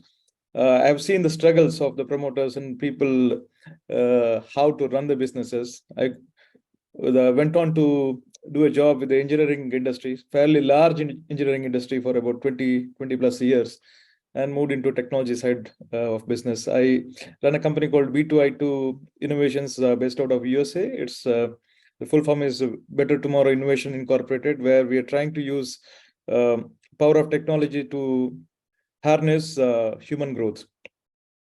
I have a small presentation just to put some of the numbers for the audience. And how many of the audience is from the manufacturing background or industrial background? Maybe you can just have a show of hands in this.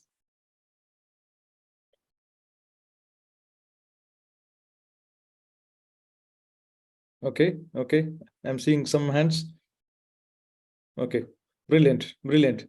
I'm going to share a small presentation. This is going to be a bilateral discussions, not a presentation alone. So I always would allow the audience to come and ask me questions. There could be questions which I may not be able to answer right away, which I can take and come back to you, because what we are, I think, doing is actually a dialogue to see how we can improvise the current situations in India and elsewhere. Is that all right, Dr. Srividya? Please go ahead. Please go ahead. Okay. Your screen is visible. The screen is visible. Okay. Yes. So the first slide, the first slide says rebuilding industrial economy. Okay, with the specific focus on the distressed units. Okay, so let's start with some statistics. So some of the statistics which are available in open domain, as well as the Indian websites, the government websites, say that the industrial output is almost close to 1/4 of Indian economy, which itself is growing pretty fast. Close to 7 lakh out of 15 lakh registered companies belong to industrial units or manufacturing units, and it's a major employment creator. More than 3 crores are in organized and unorganized manufacturing units. And manufacturing itself, or the industrial unit itself, if you take it as an economy, I think it will rank in the top 10 economies in the world, because the total output, the value addition by industrial economy itself is poised to become something close to $1 trillion in some time. One other thing coming from industrial economy, having worked in that for about 2 decades, I think that it has a very good balancing effect. And when I say balancing effect, is that India is a very diverse country which has a good balance in terms of services and manufacturing. So whenever there is there was a study which happened a long time ago, where $1 billion investment into manufacturing economy will create something like 5,000 jobs, permanent jobs. So maybe that number could be outdated a little bit, because that was done many years ago. But the fact is that industrial jobs are such that it can give rise to a huge amount of employment. And one of the major reasons countries like Korea or China are becoming a very large export economy or industrial economy is that because they have a very huge set of small industries or MSMEs which support the growth of large industries. So it's like an ecosystem. So no large company can exist by itself unless it is surrounded by the companies which are MSMEs. Doctor, there is somebody who is wanting to enter. Would you like to? I think you are the admin. Thank you, sir. Thank you. I did that. Thank you. Okay. So let's so just to build a context, and I think it's important for us to understand the context that there's a saying that you need to understand the history to understand what's happening today, because history repeats itself in many of the times. Though we see things which are very modern, but there is always a history to it. So if you look at the evolution of manufacturing processes, it started with something which is called as very simple 3 M's. 3 M's. I have picked it up from the website, but this is somebody who has been in manufacturing for about 30-40 years. They will relate to this. So it's like there were 3 components to manufacturing. There is man. So when you say man, it's not gender specific. It's like human. There is machine and materials. So this is a basic 3 components which was required for you to run a manufacturing industry. Now think of this like how many of you use a mobile phone? I'm sure that everybody. Right? Okay. How many of you have you used a dialing phone at some point of your life? All of us, sir. All of us. Okay. All right. Fine. Yes. So if you look at it, there are a lot of common similarities between what the dialing phone was doing and what the mobile phone is doing. But mobile phone does much more today, right? So the basic purpose is that making calls, receiving calls. But then it has got added in terms of you can make text, you can take pictures. Maybe that's the majority of the purpose now. You can get into your social media, you can communicate, you can do emails, you can do a whole lot of other things. You can do banking, right? So there is evolution in the communication itself. Similarly, even in manufacturing processes, there has been evolution. What started as a very simple man, machine, material nexus, it moved into something else, which is called 6M model. Okay, so there is man, machine, and materials. There is also method or the processes which is required to make the conversion of material into something which is saleable. Then there was measurements, which is the KPIs, and there is something called as Mother Nature. That's where, rightly so, the responsibility of industries connected with the environment came into picture.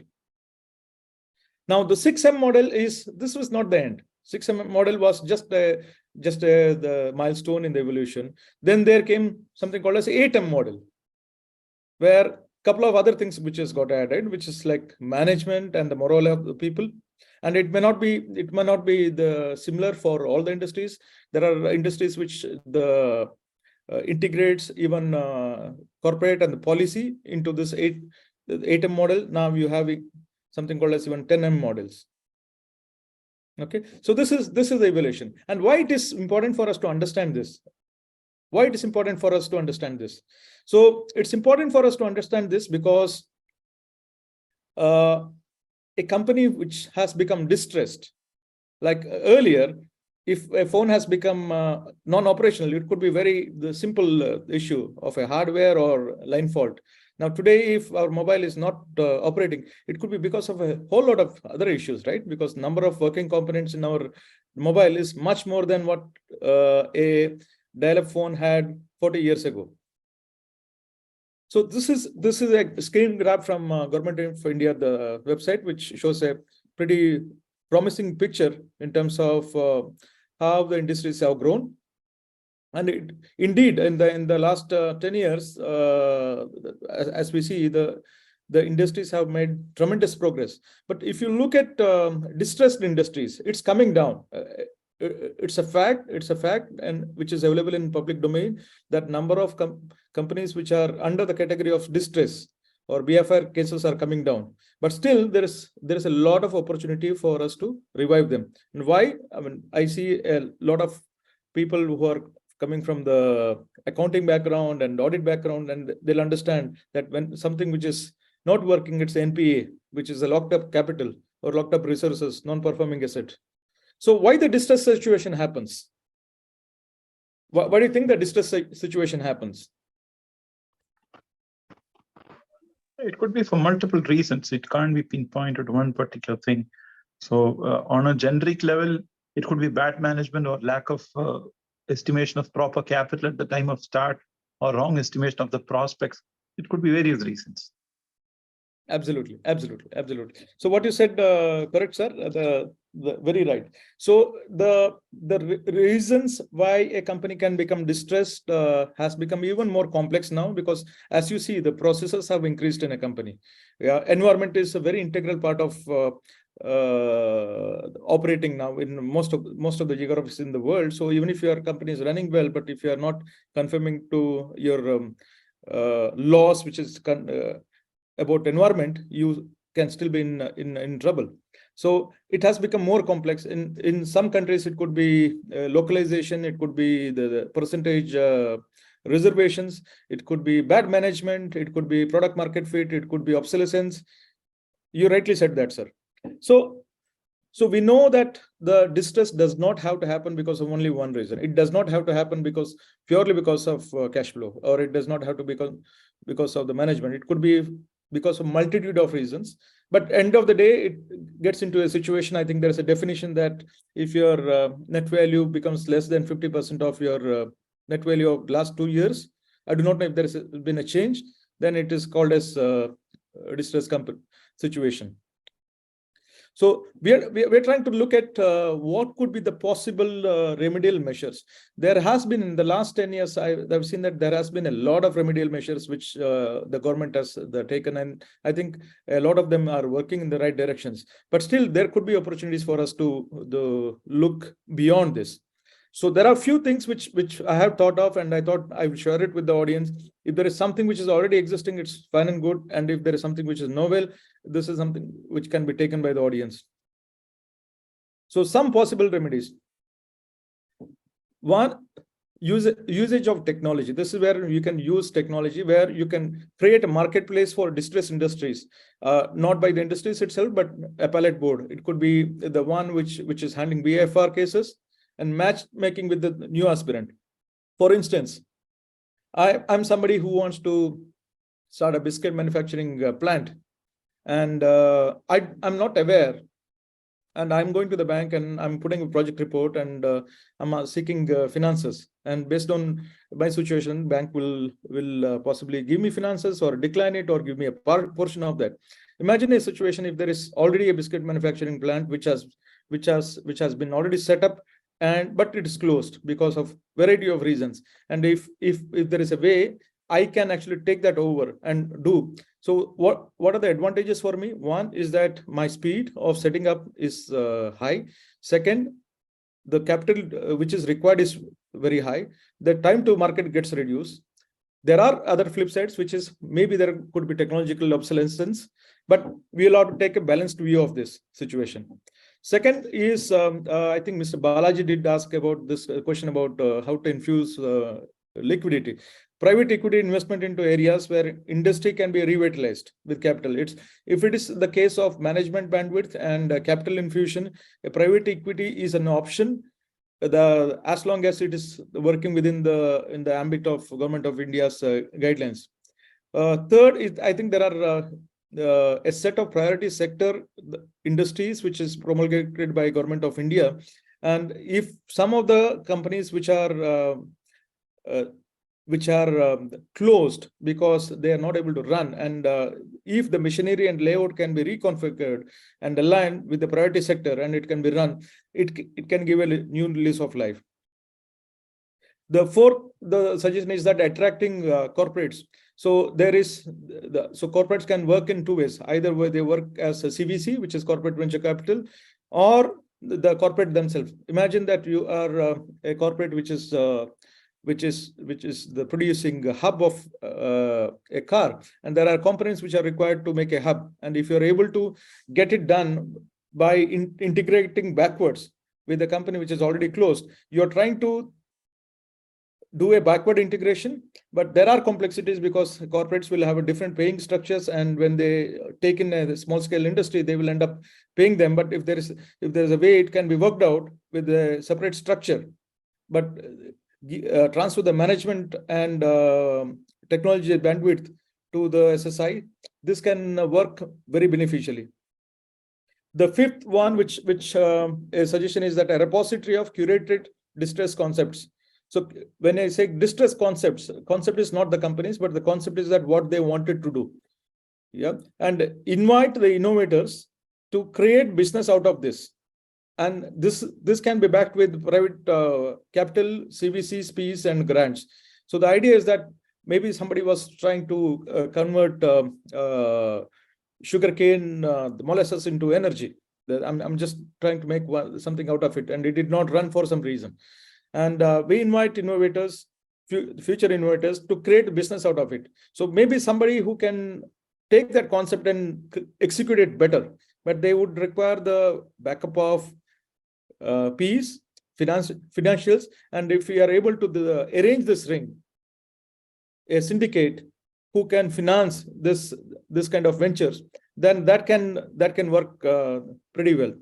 And the sixth is that even for the existing ones, there are the classifications which is called as weak.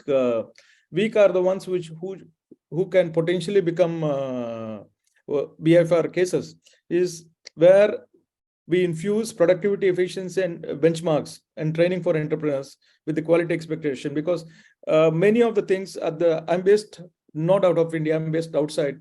When we deal with the Indians, we see that there is quality which comes out of India is very inconsistent, and it's not that everywhere in the world it's the same, but it's very inconsistent. The reason is that the expectations are not very clearly set for a lot of things.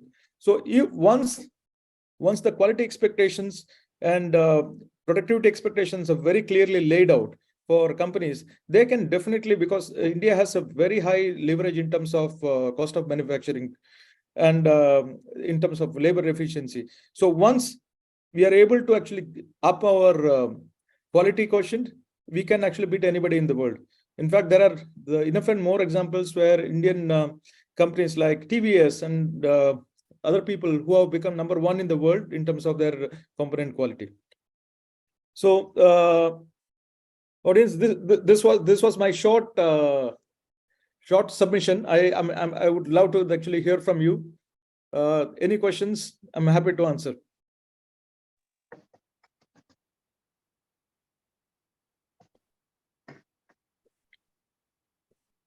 Thank you, Krishna sir. That was really interesting.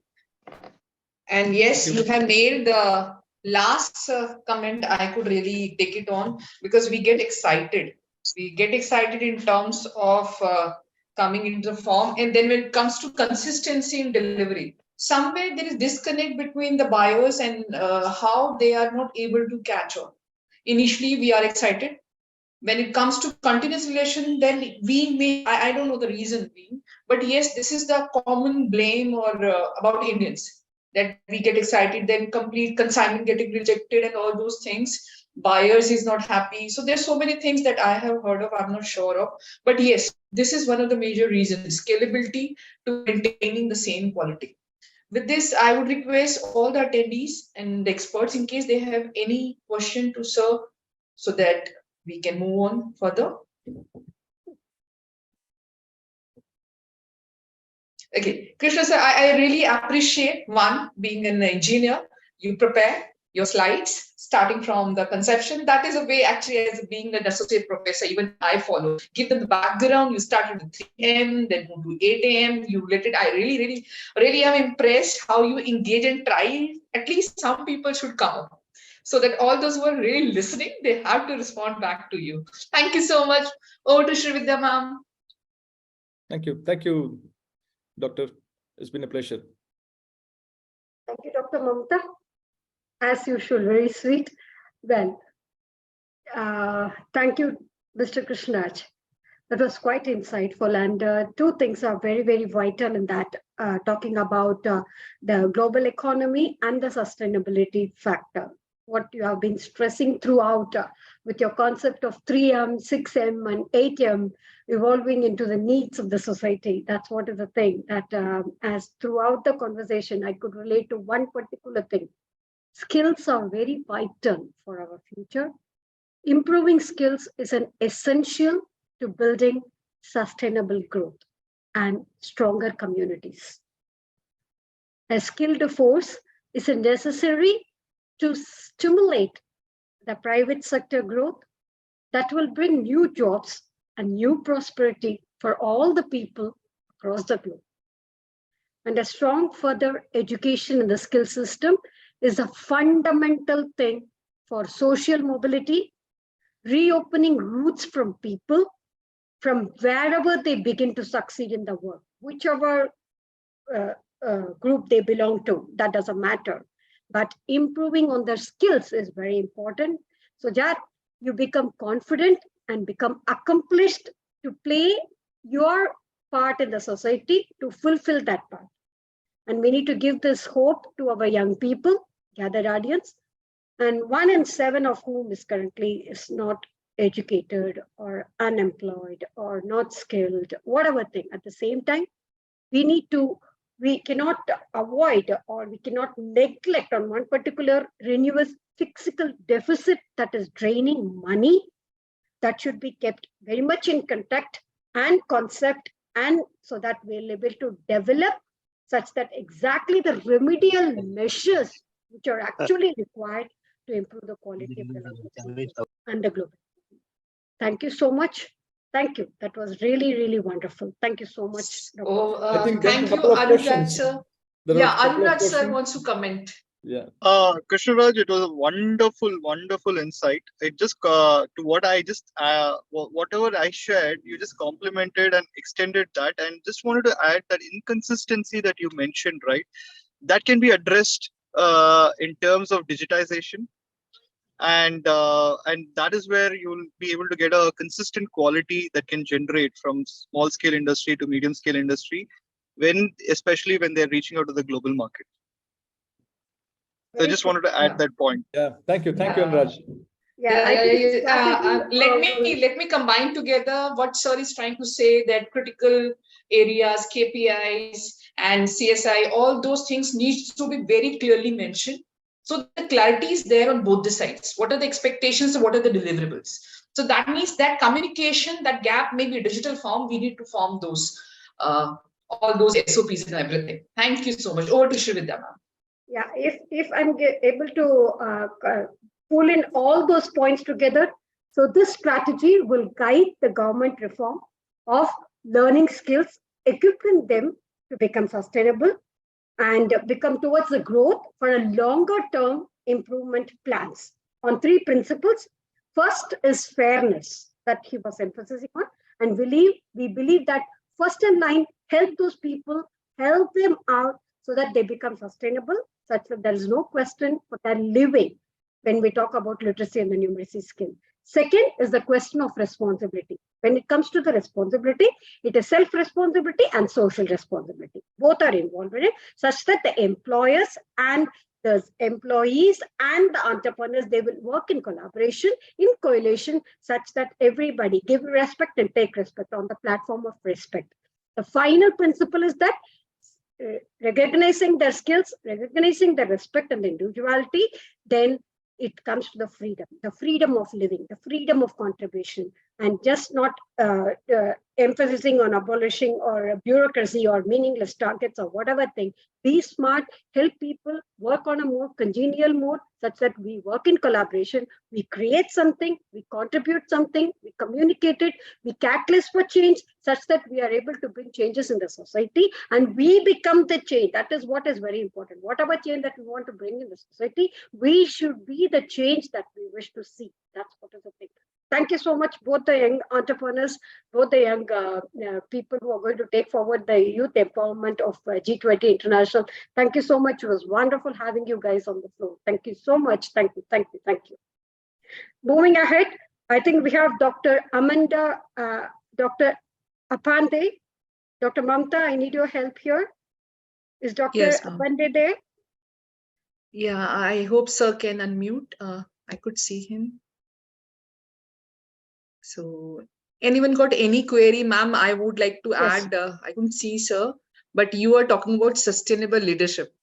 And for that, you are the live example along with Vijay Salvia sir, that what you people are doing, leadership. So sir is not there.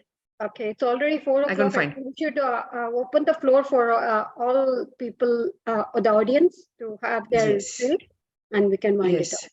Yes, Anuja Pandey ma'am is unwell, so she is unable to join. I was trying to connect her. Right. So the floor is open for all the experts. I could see we are, including me, 29, and we do have agenda in front of us. We are talking about MSME and how we have our own area of domain or expertise and how we can contribute, collaborate, and we can really discuss what should be the line of operations or line of action, plan of action. And we can complement our own information, our own learnings, and we can share, please. The floor is open to the audience. Anybody would like to contribute? Right on. Mr. K. Balaji. Thank you. So I'm sure that the recipe still has space for additional salt at this juncture. Thank you.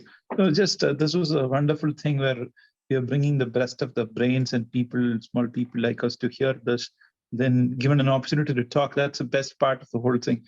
Being able to very clearly put across what we also think can be thought of. I would just go back on that particular point where you were trying to find out inclusive leadership. If you look at it, then I don't think we have been able to connect the existing system where the ward councillor works in tandem with the local MLA, who in turn works with the panchayat and also the member of parliament, so that the growth for that particular locality in terms of what's so special about it has not been addressed.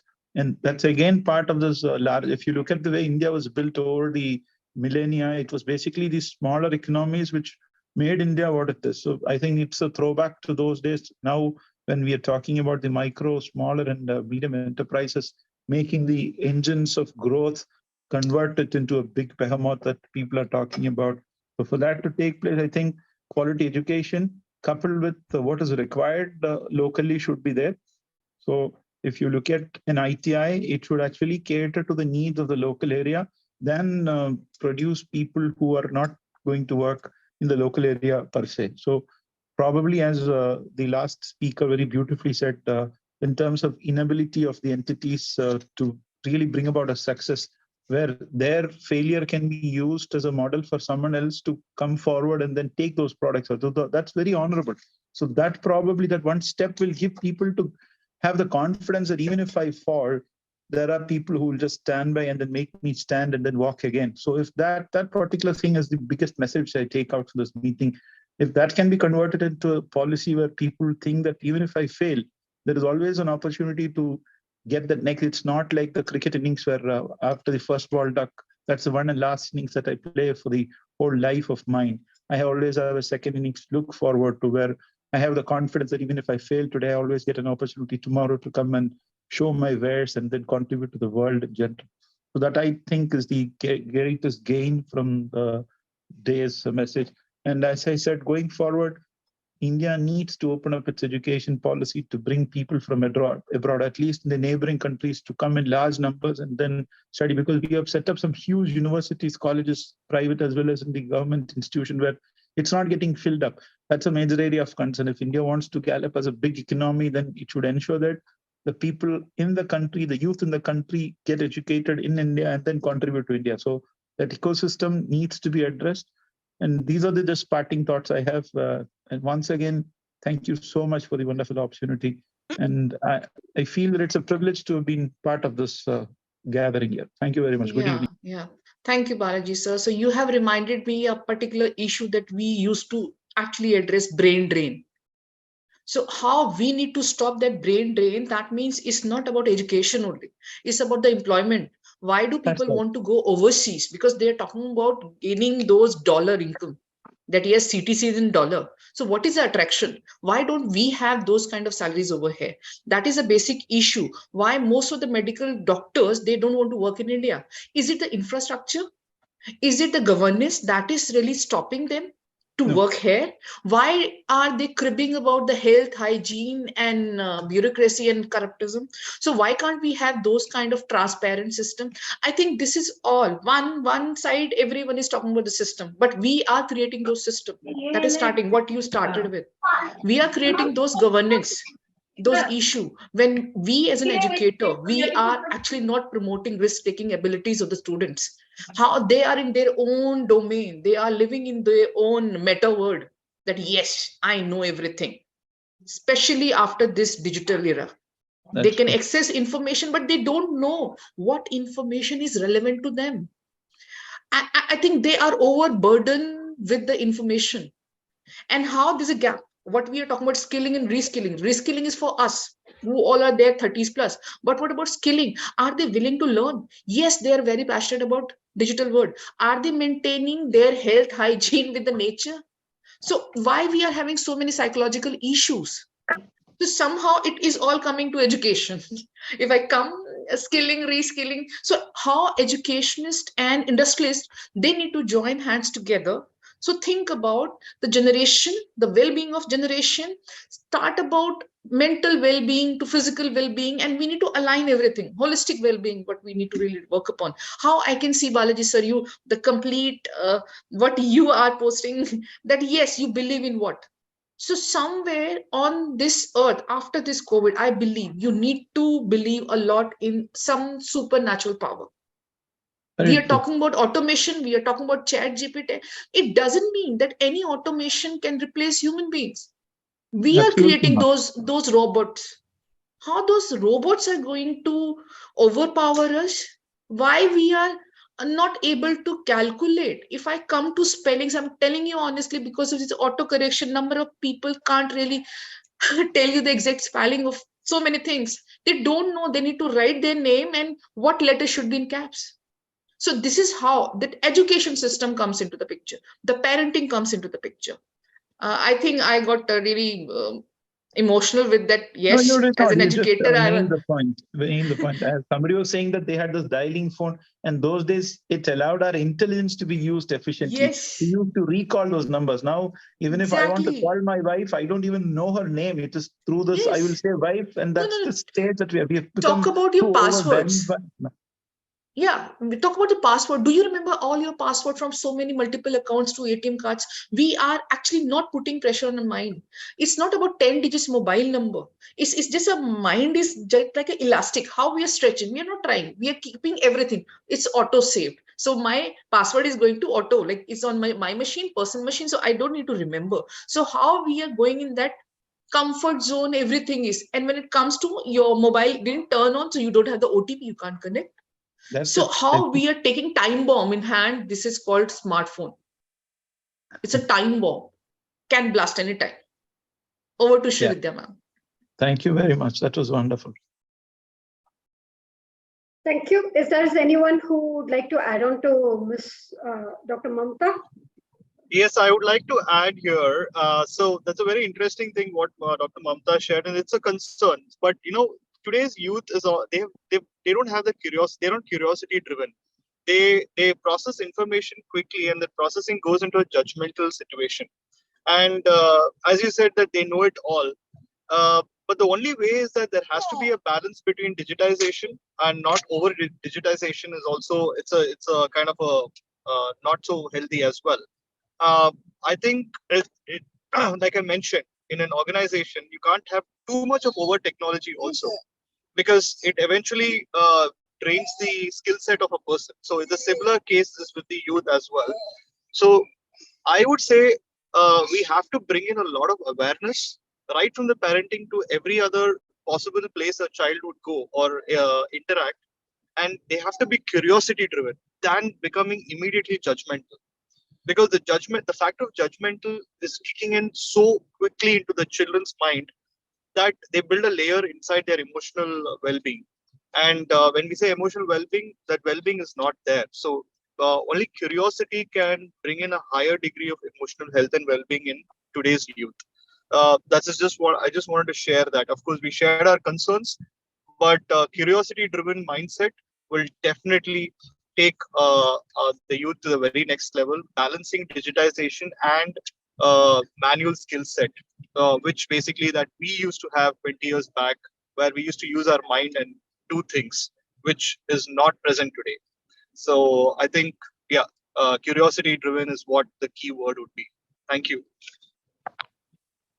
Thank you so much. Is there anyone who would like to add on to that?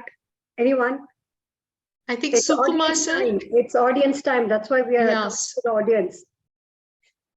Sukumar sir, your video is on. Please unmute yourself. I could see your video is on. Sukumar sir. Hello. Is it okay? Welcome to the platform, sir. Good evening, everyone. And I have been so patiently listening to everyone's speech, and it is really wonderful. And well, I just wanted to add little points to what I just thought. When you are talking, sir, a small request to introduce yourself, sir, please. Yeah, myself, I have been in the. I am basically a mechanical engineering background, with a strong management experience. Well, I've spent about 20 years of my time in the printing and the packaging sector, where I've served with the leading companies, and currently I'm on my own, well, offering solutions to wide spectrum industrial sector. And my question basically was to just interrupt on the automation. See, the automation is something very dangerous. The way things are happening, too much automation is really not good. Well, it should be on a rapid pace. Like when we go for a driving license, there is a manual and also automatic. It should be that way. We cannot totally eliminate the manual process in every stage, or else it should be an option. Not like there can be a total automation. So this is what I just wanted to. There should be an option of manual and automation. So straight away getting into the automation is going to be a major threat. Very true, sir. That happens with me only. Sometimes when we try to log in, I don't remember the password and I need to depend upon like have that OTP. There's so many modes, Bluetooth only. And this is how I'm realizing that too much dependent upon these technology really brings in. Without my mobile phone, I cannot make any financial transaction because I'm so much into internet banking or mobile banking. Your ATM card is no longer required now. Without ATM card also you can withdraw. So somehow we are carrying that ATM bomb that is automation only. Everything is interlinked. It's very scary also when I go in deep and understand that how I remember those days I used to have a metal coin to hold in the hand to wait for my turn to withdraw money. I'm talking about those years also. Now it's drastically different. I don't touch currency because every transaction is now online. Thank you so much for joining the session, sir. So we have with us Bala sir also. I think he's waiting and he would like to share his opinion about the topic. Bala sir, in case you can unmute. And all the eminent speakers are there. In case the video is not working still, you are welcome to the platform to share your opinion about MSME, entrepreneurship, empowerment.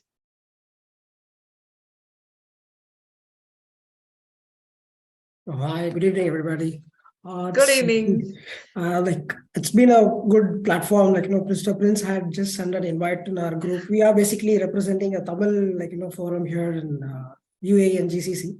So he just sent me a link. It was pretty interesting because I'm in the same line, and I want to be a bit more, giving a gateway or doorway for the SME and MSME platforms. We basically work on internet or technology based, wherein we have an e-marketplace, where we basically give a kind of a leverage to the SME and MSME manufacturers who want to have their products and brands to be established in the GCC and Africa. So we have very good connections across all the oil and gas, and more here GCC is mainly driven with oil and gas. So we have a lot of influence in all of the top companies here, like ADNOC, if you talk about ENOC, or even in Kuwait Oil and Company, Saudi Aramco. So we try to have a kind of a tie-ups with the SMEs and MSMEs who want to have their brands represented behind behalf of us, and then we give them the kind of opportunity to bring in more business to the India, back to India, and which is kind of a very great opportunity for me. And thanks a lot. If there is anything that I can do for the group or for the community, I would be very most happy to do it. Come forward to do it as well. Thank you. Thank you, sir, for unmuting and sharing. Yes, it's an update. So how we can collaborate and how the people over here, they can really get the details of sir, and he can utilize the platform to connect with people in other country and entrepreneurs in other country. Over to Srividya, ma'am. Well, still I would like to extend my invitation to the audience who would like to contribute more on that, because I think I'll come towards the end to sum it up on the whole. Is there anybody who would like to add on to this?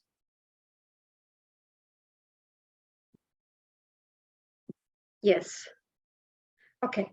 I think we really had a good session today, talking about, we started talking about MSME, entrepreneurship, and Mr. Prince was giving an elaborate introduction about collaboration between the countries, how to have startups in different countries. And he did share his expertise with over here in the UAE and China and Singapore and other countries.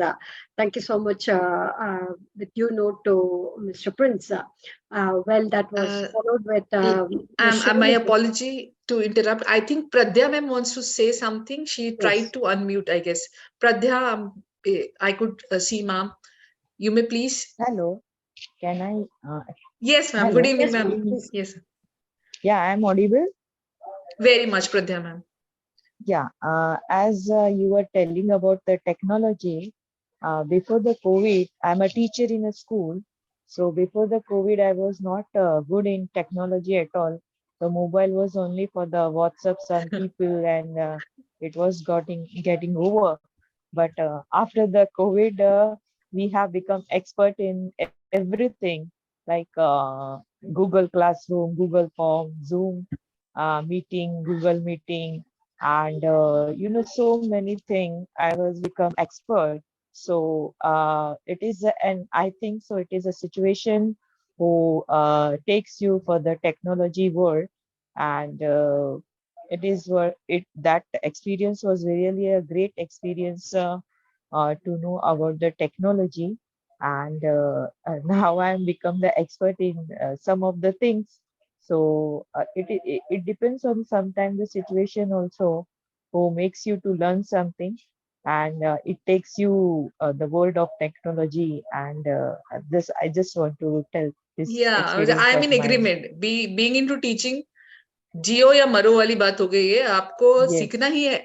No other way. In case you need to remain, either be out or learn. There was no other option, and even my learning curve was very high, learning those FDPs in session, even 7 o'clock, find the solution on YouTube. Your hand, you are unable to do, from Microsoft Teams to Google to so many platforms to all these quizzes. That was something highest, I think, in my age, in these years I've learned. It's not about me. I've seen so many people.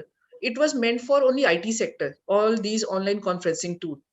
Then coming to your internet is not working, so you should have parallel lines also. What is the internet connectivity to everything? So like we have to go into detail, and that too simultaneously everyone is having their internet connection on internet based some conferencing, starting from kid or the elder person. Even my mother, she started now having that Disney OTT platform. They don't watch now television at home. I don't know what about the other countries. Now everyone got their own nakhra. मुझे अपना channel देखना है और अपने mobile में देखना है. Thank you so much for adding it. Shri Vidya ma'am, so you can sum it up. Thank you so much, Dr. Mamta. जीना इसी का काम है. नाम है. Well, coming back to my summary of, with due thanks to Mr. Prince, he was briefing about entrepreneurship and MSME startups pertaining to different countries overall, and followed with Ms. Shailaja Taneja's briefing on MSME startups pertaining to women empowerment, like how she was helping the people, the underprivileged people, downtrodden people, and who need support, exactly that she was talking about. If it is MSME, if it is startup, relate to the people who actually needs it, as you said, as you rightly said.